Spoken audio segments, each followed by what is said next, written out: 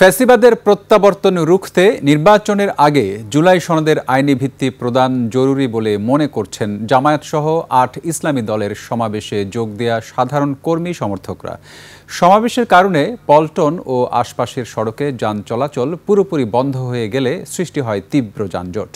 আদিত্য মামুনের report. Niacinamide ও salicylic সমৃদ্ধ lily face wash যা ফেসের ডেড স্কিন সেল দূর করে দেয় দ্বিগুণ ফাস্টার ব্রাইটেনিং।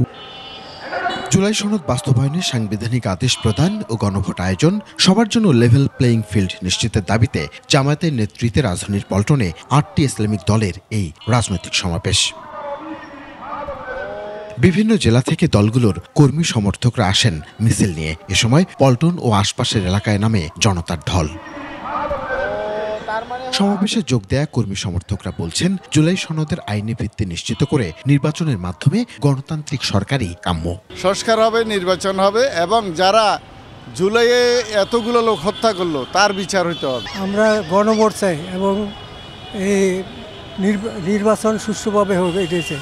সুষ্ঠু নির্বাচনের জন্য লেভেল প্লেইং ফিল্ড তৈরির উপরও গুরুত্ব দেন তারা। বিএনপি হোক বা সেটা ইসলামী ছাত্র আন্দোলন হোক, সবাইকেই সুযোগ দেওয়া উচিত। যে দলই আসুক, আমি চাই দেশের উন্নয়ন হোক। যতক্ষণ পর্যন্ত না সরকার এই দাবি ঘোষণা না করবে ততক্ষণ পর্যন্ত আমাদের আন্দোলন চলবে ইনশাআল্লাহ। সমাবেশের কারণে পল্টন, কাকরাইল, প্রেস ক্লাব এলাকায় যান চলাচল বন্ধ থাকায় অনেকেই পায়ে হেঁটে গন্তব্যে পৌঁছাতে দেখা গেছে।